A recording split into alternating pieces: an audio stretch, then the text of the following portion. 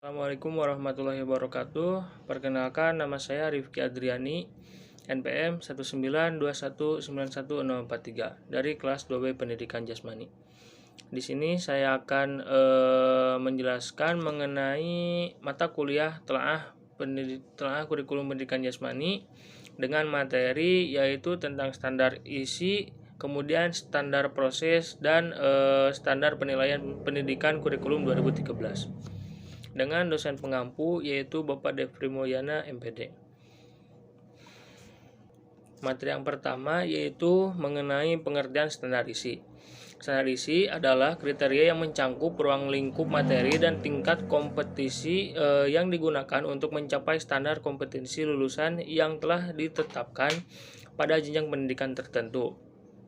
Adapun keterampilannya adalah setiap materi yang akan diterima oleh peserta didik beserta tingkat kompetisinya sudah dirumuskan ke dalam standar isi setiap mata pelajaran.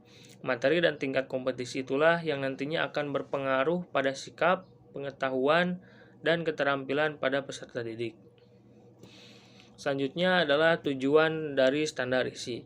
Rumusan standar isi bertujuan untuk meningkatkan kualitas pendidikan melalui pengembangan potensi peserta didik yang sejalan dengan perkembangan ilmu pengetahuan, kemajuan teknologi, seni, dan budaya sehingga diharapkan bisa mencapai tujuan pendidikan nasional. Selanjutnya adalah manfaat standar isi. Sebagai salah satu bagian dari Standar Pendidikan Nasional atau SNP, manfaat standar isi adalah memudahkan pengembang kurikulum untuk merumuskan kurikulum yang sesuai di tiap jenjang pendidikan. Selanjutnya yaitu penyusun standar isi. Standar isi untuk pendidikan dasar dan menengah terdiri dari dua hal, yaitu tingkat kompetisi dan kompetisi inti. Nah, yang pertama yaitu tingkat kompetensi, menunjukkan kompetensi yang harus dilalui di tiap jenjang pendidikan berdasarkan Permendikbud nomor 21 tahun 2016. Tingkat kompetisi di tiap jenjang pendidikan ditunjukkan oleh tabel sebagai berikut. Nah, dari tabel yang pertama yaitu tingkat pendidikan anak. Jenjang pendidikannya TK ataupun RA dengan catatan standar isi TK atau RA diatur secara Nah, yang kedua yaitu tingkat pendidikan dasar meliputi SD, MI, SDLB, dan paket A. Selanjutnya pendidikan dasar seperti SMP, MTS, SMPLTB, dan paket B. Nah, selanjutnya tingkat pendidikan menengah seperti SMA, MA, SMALB, dan paket C. Selanjutnya yaitu yang kedua kompetisi inti. Kompetisi inti ini adalah kompetisi yang bersifat generik dan terdiri dari 4 dimensi yang menjadi representasi 4 sikap, yaitu sikap spiritual, sosial, pengetahuan, dan keterampilan. Kompetisi inti ini dirumuskan sesuai dengan tingkat kompetisi peserta didiknya berdasarkan Permendikbud pada nomor 21 tahun 2016. Kompetisi ini untuk setiap tingkat kompetisi ditunjukkan oleh tabel seperti ini. Yang pertama yaitu tingkat pendidikan dasar seperti kelas 1 sampai dengan kelas 4 SD, MI, SDLB, ataupun paket A. Terus ada tingkat kelas 7 sampai dengan 9 seperti SMP, MTS, SMPLB, dan paket C. Selanjutnya tingkat pendidikan menengah yaitu kelas 10 sampai dengan kelas 11 seperti SMA, MA, SMALB, dan paket C. Selanjutnya kelas 10 sampai 12 SMK atau MAK. Nah, adapun kerangka dasar kurikulum yaitu seperti yang pertama aspek muatan kurikulum, kemudian prinsip pengembangan kurikulum, prinsip pelaksanaan kurikulum, dan struktur kurikulum. Nah, materi yang kedua yaitu mengenai standar proses. Yang pertama yaitu pengertian standar proses menurut peraturan Menteri Pendidikan dan Kebudayaan Nomor 22 pada tahun 2016, Pasal 1 Ayat 1 menyatakan bahwa standar proses adalah kriteria mengenai pelaksanaan pembelajaran pada satuan pendidikan dasar dan satuan pendidikan dasar menengah untuk mencapai kompetensi lulusan. Ayat tersebut menjelaskan bahwa untuk mencapai tujuan dalam pembelajaran dibutuhkan serangkaian proses yang sistematis dan terencana. Adapun tujuan dari standar proses yaitu diantaranya memudahkan guru dalam membuat perencanaan di sekolah, baik perencanaan semester ataupun tahunan. Yang kedua yaitu memudahkan kepala sekolah dalam memantau keberhasilan proses pembelajaran di sekolah. Yang ketiga, mengarahkan proses pembelajaran peserta didik agar mengacu pada tujuan akhir yang hendak dicapai, yaitu standar kompetensi lulusan. Materi selanjutnya yaitu fungsi standar proses.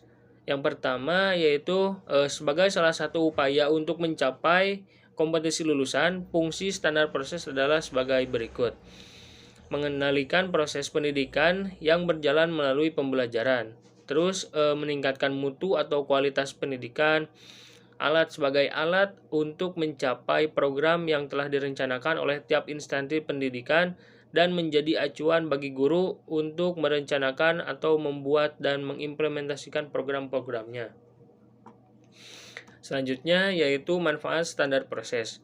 Standar proses bisa memberikan manfaat yang cukup signifikan pada pembelajaran, yaitu pembelajaran yang dilakukan oleh guru selalu terarah, efektif, dan efisien, sehingga peserta didik bisa lebih mudah dalam mengimplementasikan ilmu yang didapatkannya. Selanjutnya, komponen standar proses. Prinsip pembelajaran yang dilakukan di setiap unit satuan pendidikan haruslah mengacu pada standar kompetisi lulusan dan standar isi. Berkaitan dengan prinsip itulah, standar proses harus mencangkup beberapa komponen, yaitu perencanaan proses pembelajaran, pelaksanaan proses pembelajaran, penilaian hasil pembelajaran, dan pengawasan proses pembelajaran.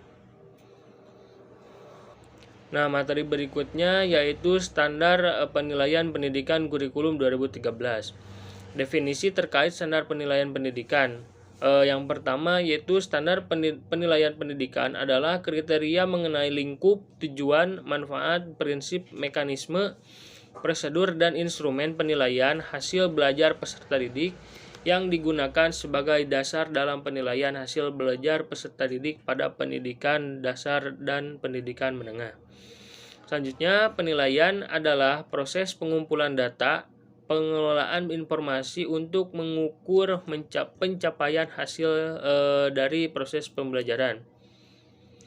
Selanjutnya, pembelajaran adalah proses interaksi antara peserta didik dengan pendidik dan sumber belajar pada suatu lingkungan belajar. Selanjutnya yaitu lingkup penilaian. Penilaian pendidikan pada pendidikan dasar dan pendidikan menengah terdiri dari yang pertama yaitu penilaian hasil belajar oleh pendidik. Kemudian penilaian hasil belajar oleh satuan pendidik, dan yang ketiga yaitu penilaian hasil belajar oleh pemerintah. Penilaian hasil belajar oleh peserta didik pada pendidikan dasar dan pendidikan menengah melalui aspek yang pertama sikap, yang kedua pengetahuan, dan yang ketiga keterampilan. Penilaian sikap sebagaimana dimaksud merupakan kegiatan yang dilakukan oleh pendidik untuk memperoleh informasi deskriptif mengenai perilaku peserta didik. Selanjutnya, penilaian pengetahuan sebagaimana dimaksud merupakan kegiatan yang dilakukan untuk mengukur penguasaan pengetahuan peserta didik.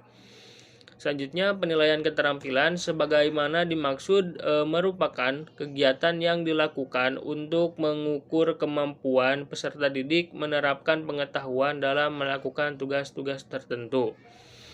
Penilaian pengetahuan dan keterampilan sebagaimana dilakukan oleh pendidik, suatu pendidikan, atau pemerintah.